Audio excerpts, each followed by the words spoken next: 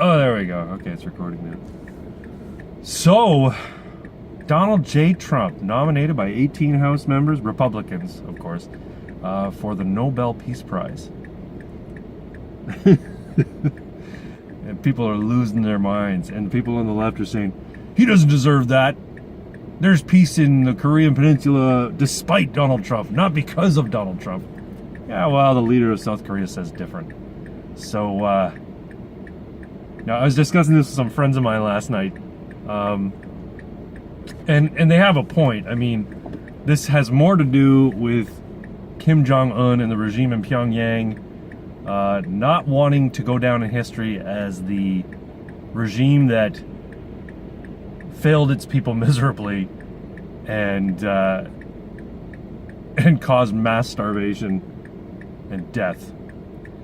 They'd rather go down in history as the regime that brought about peace. They know that their regime's on its last legs. They know that North Korea can't keep going because people are starving and the population is no longer listening to the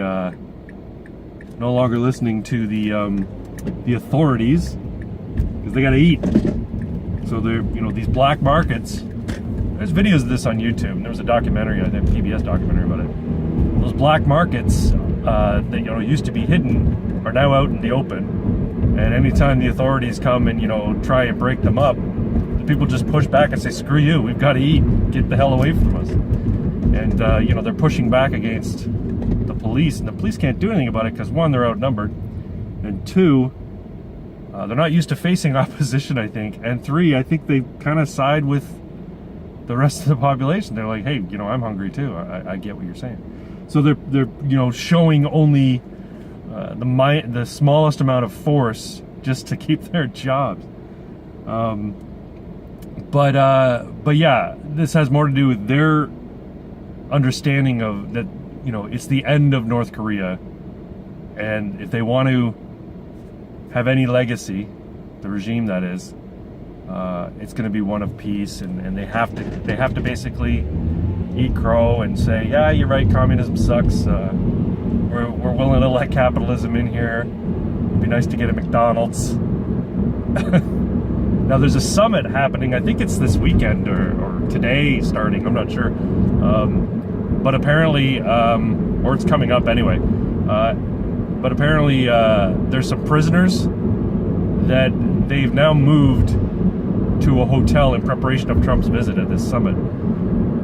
The plan being that they will be released, right? And Trump's been humble about it. He's like, all I want is peace. I don't care. He doesn't care about the award.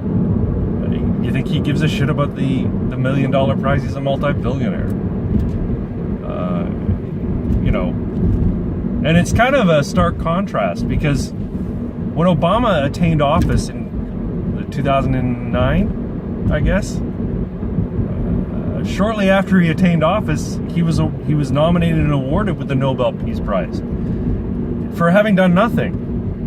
And at the time, if I can recall correctly, I believe that the reason they gave for giving it to him is because the hope he inspired for bringing about peace. So basically, he says they gave it to him under the promises or the expectation that he was going to bring about peace. And what ended up happening? To hear some analysts say it, Barack Obama, he's the first president in history to be at war every single day of his presidency that is involved in military conflict elsewhere. I don't know if that's exactly true. I'm sure there's some technical differences there, technical sort of caveats associated with that little bit of trivia, but to hear his critics say it, he did not live up to his Nobel Peace Prize. Donald Trump's in office, like 2 years? Not even 2 years? And, a year and a half. And his State Department, and under his leadership, North Korea is coming to the table to denuclearize, allow travel between North and South Korea, and ultimately I see reunification on the horizon, probably before Trump leaves office in 2024. I may have said all this before, but it's fun for me because everybody I know is like, oh, he's going to start World War III. And back when this was going on, when there was the inflammatory rhetoric back and forth between Kim Jong-un and Donald Trump on Twitter, and he made those, those statements to the press about fire and fury, I'm watching all that unfold, and I'm like, this is kabuki theater. Pyongyang knows that its days are numbered. Reunification is coming between North and South Korea, and all this is just bluster and rhetoric, and the actual, what's actually going on behind the scenes with diplomacy is there's going to be peace, and lo and behold, I was right. I'm not one of those people to say, haha, I told you so, but haha, I told you so.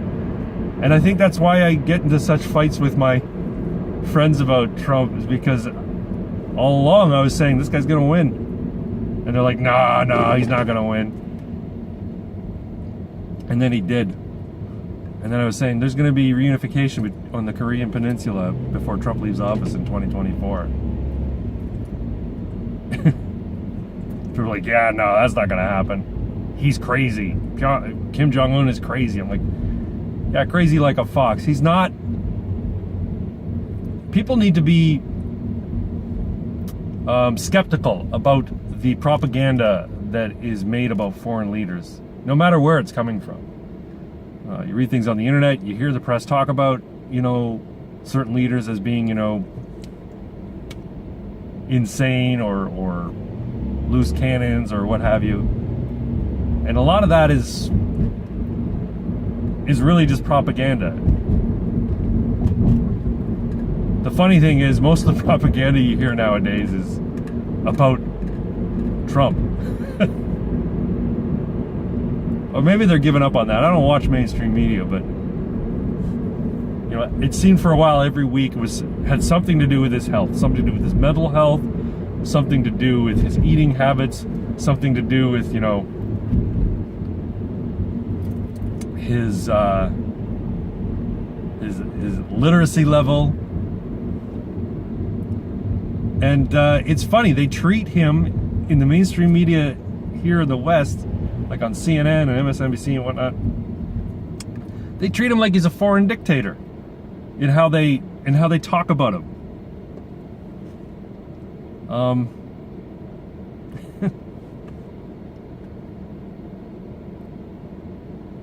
Yeah. Nobel Peace Prize, Donald J. Trump. Good for you, man. I hope you win it. I hope the nomination goes through and you actually do get it. And if he doesn't get it, then it's political. If he does get it, like I said, it doesn't seem like he really gives a shit. He'll, of course, boast about it because he's a boastful son of a bitch. But if he doesn't get it, I'm sure it's because the Nobel Committee didn't want to give the prize to such a divisive person or personality. Anyway. Go Donald.